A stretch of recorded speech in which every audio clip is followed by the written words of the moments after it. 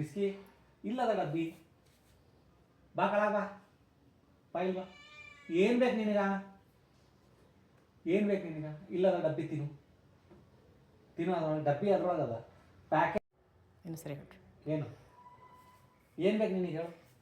ಇನ್ನು ಸರಿ ಹೇಳಿ. ಪ್ಯಾಕೆಟ್ ಸಿಗಿ ಪ್ಯಾಕೆಟ್ ಸಿಗಲ್ಲ ನೋಡಿ ನೀನು. ಶನಿವಾರ ಶನಿವಾರ ಅಷ್ಟೇ ಪ್ಯಾಕೆಟು.